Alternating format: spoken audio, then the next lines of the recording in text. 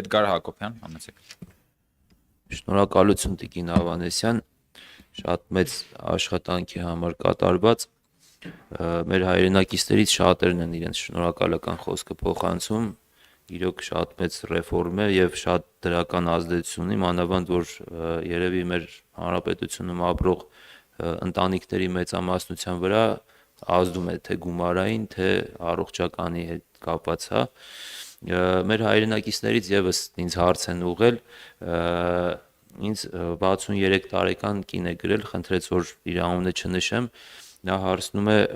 քաղցկեղով հիվանդ է եւ 700,000 դրամ մի դեղի արժեքն է, 85,000 դրամ երկրորդ դեղի արժեքն է ամեն ամիս որ ստանում է, էլի, հարցնում է արդյոք ինքը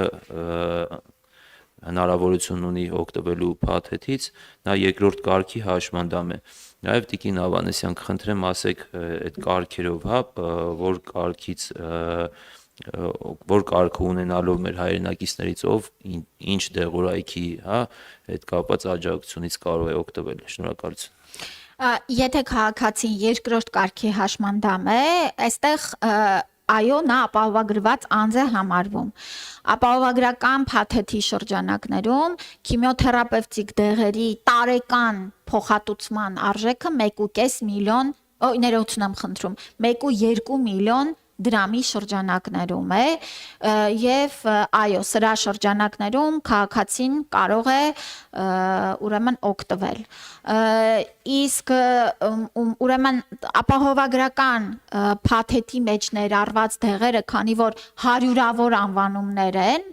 ես նորից եմ ասում, շատ այսպես պարզ հեշտ փնտրելու մեխանիզմով կարող են մտնել, ես այսօր էլ որ դուրս գամ, մի հատ կհրապարակեմ, ինքս կփնտրեմ մի քանի դեղ, ցույց կտամ ինչպես փնտրեն, որ մեր քաղաքացիները կոնկրետ իրենց դեղի մասով հասկանան, այդ դեղը մտած է ապահովագրական փաթեթի մեջ, թե չէ։ Այսպես չեմ կարող էլի թվել։ Ներողություն, պարոն Հակոբյան։ Հավանիչ տեսանյութը եւ բաժանորդագրվիչ նորությունները բաց չթողնելու համար։